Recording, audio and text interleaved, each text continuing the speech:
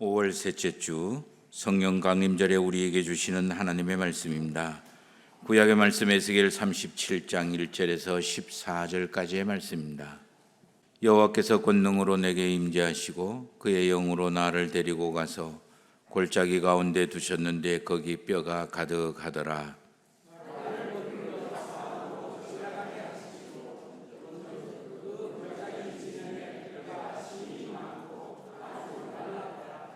그가 내게 이르시되 인자야 이 뼈들이 능히 살 수 있겠느냐 하시기로 내가 대답하되 주 여호와여 주께서 아시나이다.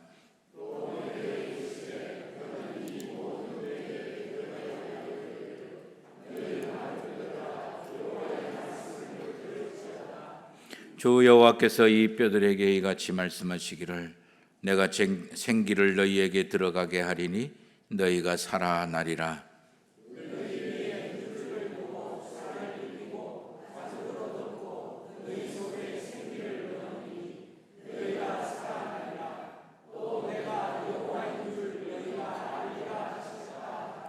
이에 내가 명령을 따라 대언하니 대언할 때에 소리가 나고 움직이며 이 뼈 저 뼈가 서로 들어맞아 뼈들이 서로 연결되더라.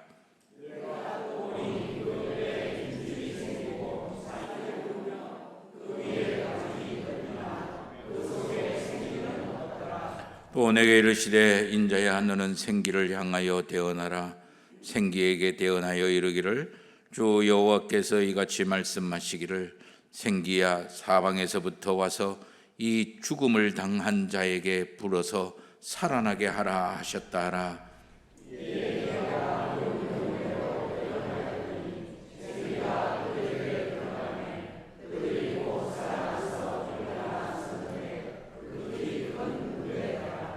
또 내게 이르시되 인자야 이 뼈들은 이스라엘 온 족속이라. 그들이 이르기를 우리의 뼈들이 말랐고 우리의 소망이 없어졌으니 우리는 다 멸절되었다 하느니라.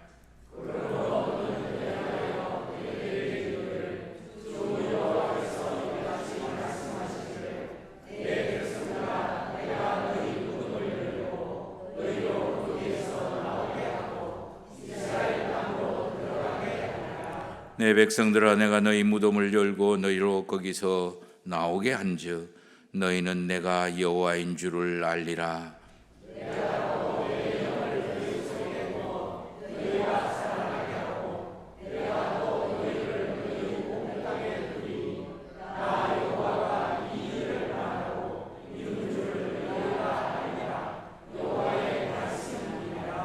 아멘.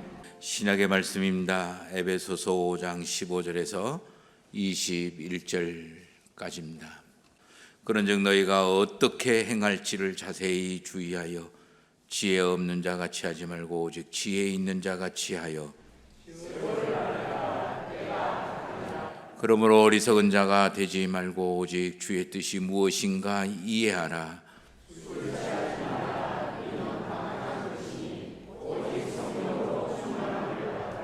시와 찬송과 신령한 노래들로 서로 화답하며 너희의 마음으로 주께 노래하며 찬송하며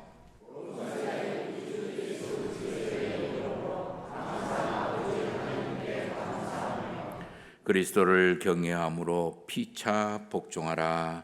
아멘. 우리 주 예수 그리스도의 평강이 오늘 예배를 드리시는 모든 성도님들에게 충만하게 임재하시기를 예수 그리스도의 이름으로 축원합니다. 오늘 성령 강림절입니다.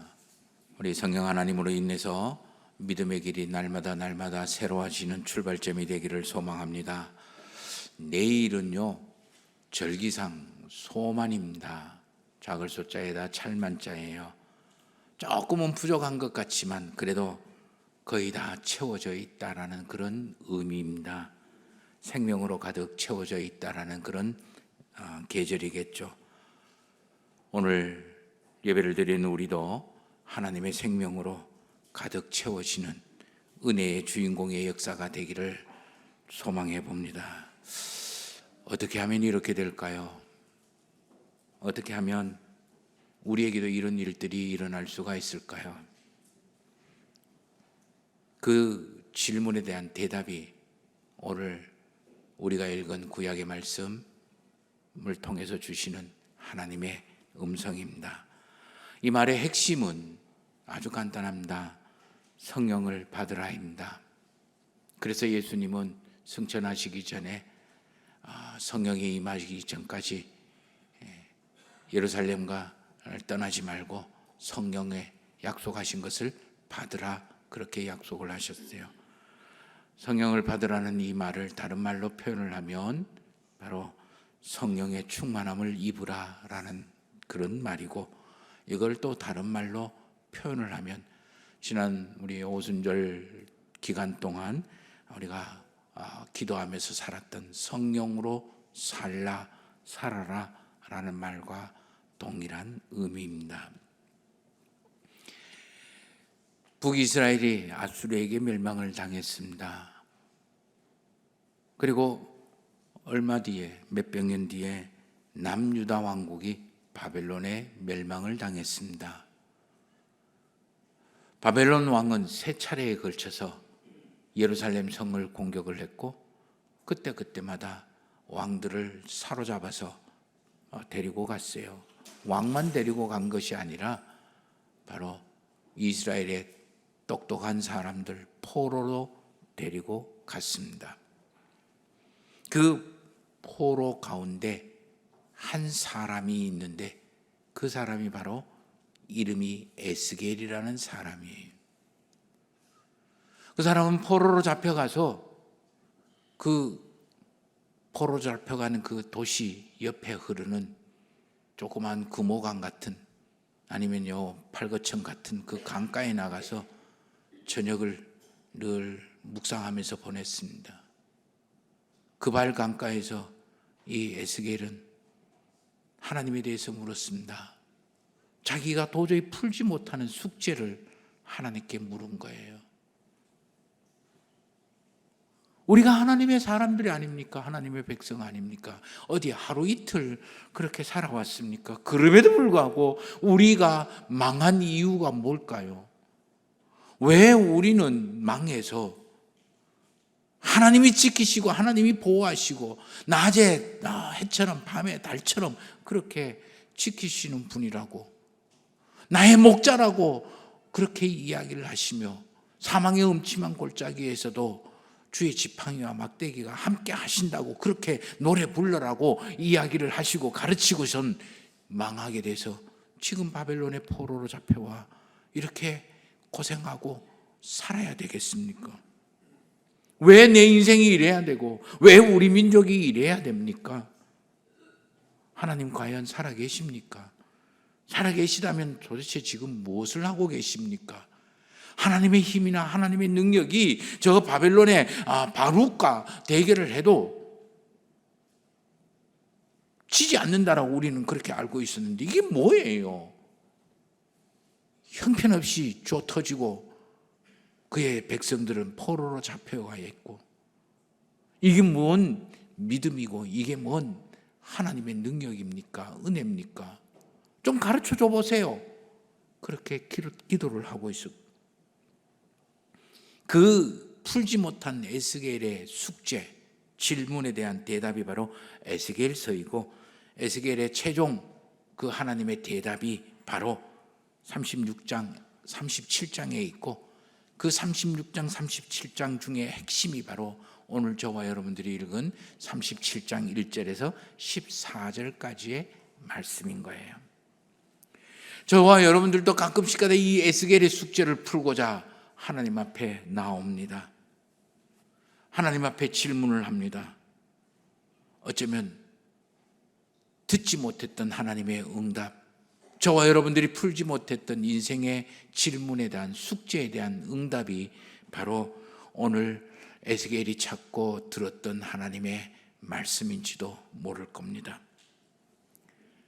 그 핵심이 성령 하나님에 관한 이야기고, 그 성령 하나님이 저와 여러분들에게 어떻게 할지 에스겔의 이야기를 통해서 묵상하고자 하는 거죠.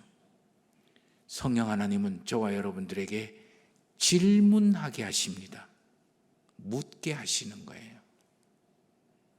내 인생에 대해서 질문을 하는 거예요. 너의 인생에 대해서 질문을 하는 것이 아니라 내 인생에 대해서, 이 세상에 대해서 질문하는 것 넘어서서 내 인생에 대해서, 내 삶에 대해서, 내 마음에 대해서, 내 인생에 대해서 성경 하나님은 질문을 하게 하는 거예요. 오늘 구약의 말씀은 에스겔 37장 3절 말씀에 보니까 3절 말씀을 보시기를 바랍니다. 그가 내게 이르시길 인자야 이 뼈들이 능히 살 수 있겠느냐 하시기로 내가 대답하되 주 여호와여 주께서 아시나이다 이렇게 이야기합니다. 아주 축약해서 이야기하면 하나님이 에스겔에게 뼈 무더기를 잔뜩 보여주고 야, 이 뼈가 살아날 수 있겠냐? 이렇게 물으시는 거예요. 1절과 2절 말씀을 보면 이 뼈들은 골짜기를 가득 메우고 있고 심이 많고 아주 많다라고 이야기합니다. 14절 말씀을 보면 이 뼈들은 이스라엘의 족속이고 말라 비틀어져 있고 소망이 없고 다 멀절되어 있다라고 표현을 하는데, 이 14절 말씀을 세번역에 보면 말랐고 희망도 사라졌고 우리는 망한 족속이다 이렇게 번역을 하고, 공동 번역에 따르면 요즘 우리 젊은이들이 많이 이야기하고 입에 달고 살아가는 이생망이다라고 표현을 하는 거예요. 이생망이 뭔지 잘 모르시죠? 이번 인생은 망쳤어, 망했어 이런 뜻이에요. 이제 끝났구나. 이 뼈들은 망하여 포로로 잡혀온 이스라엘 족속들을 이야기하는 거죠. 전쟁에서 패한 포로들이에요. 고향에서 사는 것도 아니고 낯선 바벨론 땅에 와 있습니다. 이들에게는 힘도 없습니다. 능력도 없습니다. 지혜도 없습니다. 아니, 지혜가 있다 할지라도 그것을 풀 수 있을 수 있는 그런 장소가 없어요. 기회도 없어요. 권한도 없어요. 이른바 패망한 족속이고 망한 패족일 뿐입니다. 그래서 그런지 희망도 없습니다. 더 이상 무엇을 어떻게 할 수 있는 것도 없고 할 수 있는 기회조차도 없고, 이게 무슨 뜻인지 알 수도 없고 어떻게 해야 될지도 알 수도 없고, 그런 상황에서 하나님은 뭘 하고 계시는지, 도대체 살아있는지 죽은지, 아니면 하나님은 저 하늘에서 지금 주무시고 계시는지, 눈 감고 계시는지, 귀를 막고 계시는지 모르겠어요. 믿어봐야, 기도해봐야 소용이 없겠죠. 저는 이 에스겔이 2차 예루살렘 공격 때 포로로 잡혀갔는데, 예루살렘에서 지금 이 이라크까지 얼마나 멉니까? 그 길을 차 타고 갔겠어요? 묶여서 포로로 끌려가는 거예요. 얼마나 많이 기도를 했을까? 하나님, 도대체 이게 뭐예요? 어떤 거예요? 구해 주세요. 그럼에도 불구하고 이제까지 그 수백일 동안, 수천일 동안 끌려가는 그 가운데서도 기도의 응답도 없고, 그 그발 강가에 가서 도시에 있는 조그만 도시에 강제 노역을 하면서 거기서도 얼마나 많이 기도를 했겠어요. 그러나 응답이 없는 그 하나님이 깜깜무소식입니다. 그야말로 이 에스겔의 삶은 말라 비틀어진 빼다기와 같은 뿐이에요. 온통 안 되고 없고 못하고 모르고, 그리고 소용없고 할 수 없고 할 수 있는 것도 없고, 하나님의 백성이 내가 왜 이래야지? 하나님 도대체 뭐 하시는 거예요? 이 질문에 빠져있는 에스겔에 하나님이 데리고 가서 뼈들을 보여주시고 하시는 말이, 이 뼈가 살아나겠냐 물으시는 거예요. 근데 가만히 보면요, 에스겔은 어떤 물음에 집착하고 있습니까? 왜라는 물음에 집착하고 있습니다. 왜 하나님은 이 백성을 멸망시켰는가? 왜 내 인생은 이 모양 이 꼴일까에 관한 질문이에요. 거기에 대한 답은 없어요. 왜라는 질문이 필요합니다. 그러나 왜라는 질문은 항상 생각만 하게 만드는 거예요. 원인을 찾고 이유를 찾고 그 책임이 어디에 있고 그것을 그 결론이 무엇이고 과거에 매몰되게 만드는 질문이에요. 그러나 하나님이 이 에스겔을 이런 과거에 사로잡혀 있고 왜라는 우물에 빠져 있는 이 에스겔을 불러다가 마른 뼈를 보여주고 이게 살겠냐라고 물으는 거예요. 에스겔의 생각을 바꾸시는 거예요. 에스겔의 질문을 바꾸는 거예요. 삶에 대한 질문을 바꾸는 거예요. 이 뼈들이 살아나겠는가? 이 말라 비틀어져 그렇게 있는 뼈들이 어떻게 하면 살아날 수 있겠냐? 어떻게를 묻는 거예요. 어떻게라는 질문은요, 바로 방법을 이야기하는 거예요. 행동을 찾으라는 거예요. 가능성을 이야기하는 거예요. 해결에 관한 질문을 하라는 거예요. 왜라는 질문이 과거에 관한 질문이라면, 생각에 관한 질문이라면, 어떻게라는 질문은 내일에 관한 질문이고, 그리고 나의 행동에 관한 질문이에요. 달리 이야기하면 이 뼈들이 구원을 받겠는가? 이 말라 비틀어진 뼈들이 은혜를 입겠는가? 좀 더 깊게 이야기하면 마른 뼈와 같은 내 인생도, 말라 비틀어진 내 인생도 구원을 받을 수 있겠는가? 어떻게 하면 은혜를 입겠는가? 어떻게 하면 은혜의 주인공이 되겠는가? 라는 질문으로 전환시켜 주는 거예요. 왜 내 인생은 이렇게 지지 말라 비틀어진 개뼈다구 같은 인생일까가 아니라 어떻게 하면 내가 뼈다구 같은 인생이라도 은혜를 입을 수 있겠는가라는 질문으로 생각을 바꾸는 거예요. 이 질문이 우리에게 필요한 거예요. 성령 하나님은 저와 여러분들의 인생에 질문을 하겠는데 왜 이렇게 됐을까? 어떻게 하면 될까? 그것이 좋든 싫든 평강이든 혼란과 무거움이든 아니면 형통함이든 아니면 꼬이고 묶이고 다친 거든 우리는 자기 자신의 인생에 대해서, 자기 자신의 삶에 대해서, 생활에 대해서 질문을 해봐라. 평안한 거는 어떻게 내가 이렇게 평안함을, 돈을 많이 벌였으면 내가 어떻게 이렇게 돈을 많이 벌였을까? 질문을 하셔야 돼요. 성령 하나님은 우리에게 질문을 하게 하셔서 당연한 것이 없게 만드시는 분이 성령 하나님의 이야기예요. 나도 구원받을 수 있을까? 나 같은 사람도 구원을 받고 은혜의 주인공이 될 수 있을까? 나처럼 나쁜 생각 못하고 많이 하고 그리고 못된 생각 많이 하고 허물 많고 죄가 많은 나도 은혜를 받을 수 있을까? 아이고, 영적으로 내가 하는 것이라고는 하나도 없는 나도 하나님의 은혜를 입을 수 있는가? 나도 하나님의 구원의 역사를 경험할 수 있겠는가? 예수님은 우리에게 이렇게 이야기합니다. 나는 의인을 부르러 온 것이 아니라 죄인을 부르러 왔고 너희 인생에 벗지 못하는 무거운 짐을 내가 벗겨서 쉬게 하기 위해서 온 거예요. 그러고 보니까 예수님으로부터 구원의 놀라운 은혜를 입고 그리고 은혜의 주인공이 된 사람들은 죄다, 죄인들에다가 장애 가지고는 남에서부터 소경에다가 그리고 문둥병자에다가 그다음에 팔 쓰지 못하는 사람에다가 기머거리에다가 인생 마른 뼈 같은 사람들만 구원을 받았더라는 거예요.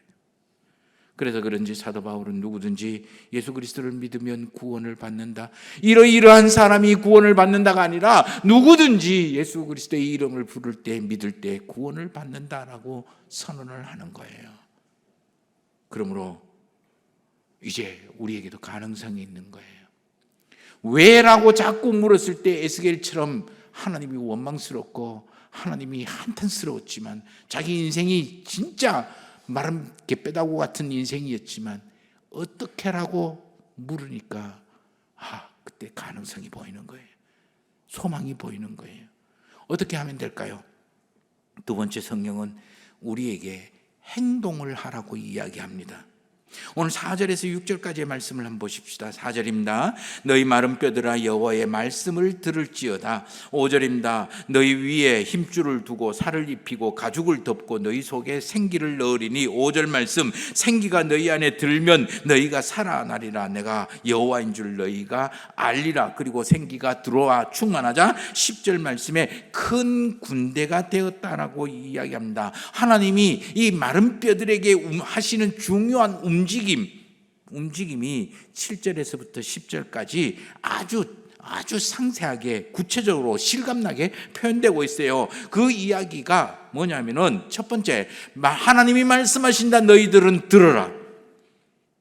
그래서 말씀을 하셨어요. 그러니까 그 말씀을 들은 뼈가 이 뼈 저 뼈 서로 연결되고 힘줄이 생기고 살이 오르고 가죽이 덮여 있는 거예요. 그러나 생기는 없는 거예요.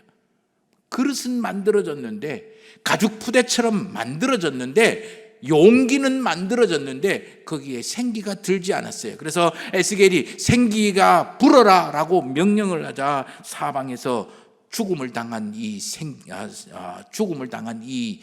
뼈들에게 생기가 불어와서 그들을 살아나게 하고 생기가 가득 차니 일어서서 큰 군대가 되더라. 마른 뼈들이 살아 일어나 서서 큰 군대가 되는 것, 아주 단순합니다. 너 좋은 소리만 듣지 말고 하나님의 말씀을 들으며 살아라. 성경 말씀을 너희의 모든 판단과 선택과 결정의 기준과 중심과 목적으로 삼아라. 너 편하고 너 좋아하고 너 하고 싶은 그런 일들만 하지 말고 하나님이 하시는 대로 맡기고 따르기 위하여 하나님의 뜻을 찾고 그리고 하나님의 뜻을 알아차리는 기도가 필요하다. 그래서 하나님이 너의 인생을 어떻게 디자인하고 어떻게 설계를 하는지 만드실지 그것을 찾아내라. 그리고 그렇게 만들어져라. 너희 힘으로 살려고 너희 노력으로 이루려고 그렇게 하지 마라. 하나님이 불어주시는 생기로 채우고 충만한 것으로 너의 삶을 채워라. 너의 삶을 너의 탐욕과 탐심과 탐색, 너의 계획과 목표 이루기 위해서 그렇게 채우지 말라. 인생 네 계획대로 되는 게 아니야. 하나님의 생기인 성령을 너의 인생에 채워라. 우리에게 필요한 건 이거예요. 저와 여러분들이 게으르고 나태해서 우리 마른 뼈가 같은 그렇게 점점 말라갑니까? 그게 아니에요. 저와 여러분들이 정말 악하고 못된 생활을 골라서 했기 때문에 우리의 인생이 이렇게 그렇고 그런 마른 뼈 인생일까요? 그게 아니에요. 저와 여러분들처럼 성실한, 저는 빼고 여러분들처럼 성실하고 놀라운 분들 어디 있겠습니까? 여러분, 우리 성도님들처럼 착한 사람 이 세상에 어디 나가도 착한 사람 없지. 그런데 왜 저와 여러분들의 인생은 갈수록 이렇게 힘들고 어렵고 괴로운가?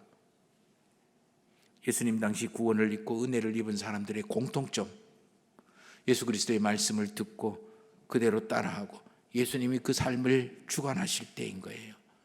그 사람이 마른 갯배다구 같은 인생을 살든 아니면 바디메오와 같이 그렇게 놀라운 인생을 살든 니고데모와 같이 대단한 인생을 살든 아니면 남에서부터 소경으로 구걸하면서 살아가는 마른 뼈와 같은 인생을 살든 공통점이 바로 예수 그리스도의 말씀을 듣고 그대로 따르고 예수 그리스도가 그의 삶을 주관할 때인 거예요. 그래서 사도 바울은 사람이 마음으로 믿어 의에 이르고 입으로 시인하여 구원에 이른다라고. 마음으로 생각을 해서 이루어지는 게 아니라는 거예요. 생각만으로 이루어지는 게 아니라 지금 여기에서 내가 무엇을 해야 할지를 찾아내고 움직여라. 우리 구역회 때 잠깐 소개를 했던 책이 하나 있어요. 핑이라는 책이 있는데 그 핑이라는 책의 핵심은 그거예요. 행동해라. 그래야 뭐가 된다. 잔뜩 생각만 하고 행동하지 않는 사람들에 대해서 이야기하는 것. 하나님이 우리에게 주도하심을 맡기면 우리가 어떻게 되겠습니까? 하나님의 사람이 돼요. 지극히 큰 하나님의 군대가 된다라는 거예요. 오늘 10절 말씀을 보세요. 이에 내가 그 명령대로 대언하였더니 생기가 그들에게 들어가며 그들이 곧 살아나서 일어나 서는데, 살아나 일어나 서는데 그 모습이 큰 군대였더라. 에스겔을 통하여 말씀하신 하나님의 말씀을 들을 때 이 마른 갯바닥 같은 것들이 생기가 들어와서 담길 때, 그리고 살아나 일어나 서는데 큰 군대가 되었다라는 거예요. 존재가 되었다라는 거예요. 놀랍고 대단한 존재가 되는 거예요. 세 가지: 듣고 만들어지고 담겨질 때 저와 여러분들은 하나님의 큰 군대가 되어지는 거예요. 이들의 출발점을 기억하십시오. 마른 뼈였어요. 죽음을 당하고 소망도 없고 누가 봐도 망했다. 이생망의 인생이었다라는 거예요. 그런데 하나님의 음성을 듣고 하나님에 의해서 만들어지고 거기에 하나님의 생기를 담을 때 살아나고 일어서고 하나님의 극히 큰 군대가 된다. 이게 하나님의 구원의 역사예요. 이 놀라운 구원의 은혜의 역사, 주인공이 저와 여러분들이 돼야 되는 거예요. 저와 여러분들은 그저 마른 개 뼈다구 같은 인생이 아니라 하나님의 은혜의 주인공이 되는 그런 사람들이라는 거예요. 하나님의 살아계심이 우리를 통해서 이루어지는 거예요. 그래서 성령 하나님은 저와 여러분들을 하나님의 사람이 되게 하십니다. 마른 뼈와 같은 우리를 큰 힘과 능력을 가진 하나님의 군대가 되게 하고, 소망도 없고 망한 것 같은 우리를 하나님의 말씀을 이루시는 하나님의 군대가 되게 하기 위해 죽음을 당한 이 땅에 하나님의 생기를 불어넣는 통로가 되는 거고, 죽음이 판치는 이 세상에 살려내고 살아가게 만드는 하나님의 권능의 역사의 증거물이 되는 거고, 죽으라고 일만 하는 저와 여러분들을 살만 나지 않는 인생 세상살이에 하나님의 평강과 은혜의 맛으로 살만 나게 만드는 인생으로 바뀌어지는 것. 이게 바로 하나님의 구원의 역사예요. 오늘 우리가 읽은 신약의 말씀 에베소서 5장에도 사도 바울은 이렇게 이야기를 합니다. 에베소서 5장 우리 15절 말씀에 보면 너희가 어떻게 행할지를 자세히 생각을 해라. 그래서 지혜 없는 자처럼 살지 말고 지혜 있는 자처럼 살아라. 세월을 아껴라. 주의 뜻이 무엇인지를 분별하라. 성령으로 충만하라.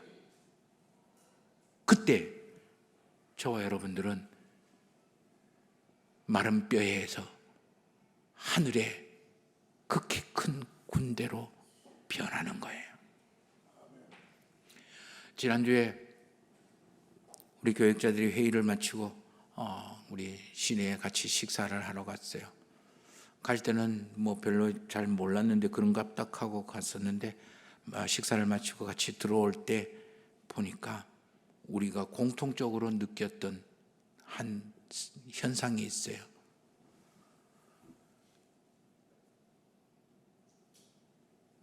임대, 매매, 현송화객이 참 많이 붙어 있습니다.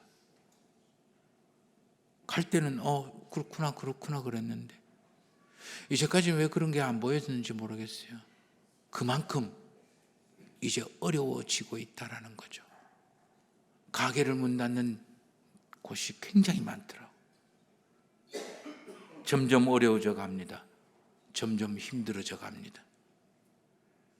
그럴수록 저와 여러분들은 더욱더 마른 뼈와 같이 변해가는 거겠죠.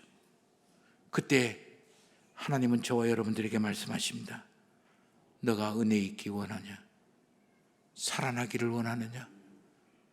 은혜의 주인공이 되기를 원하느냐? 어리석게 살지 말고 기회 있을 때 잡아라. 시간은 마냥 있는 것이 아니야. 지금이 은혜 받을 만한 때고 지금이 바로 구원의 시간이야. 그러니 너는 성령 충만함을 입고 성령을 따라 살아라. 성령 강림절 우리에게 주시는 하나님의 말씀입니다. 왜를 묻지 말고 어떻게를 너에게 물어라. 하나님은 마른 뼈 같은 우리에게 은혜 베푸시기를 원하십니다. 이 은혜의 주인공이 되는 역사가 오늘 예배를 드리는 모든 성도님들과 가정과 손으로 하는 모든 일에 일어나기를 예수 그리스도의 이름으로 축원합니다.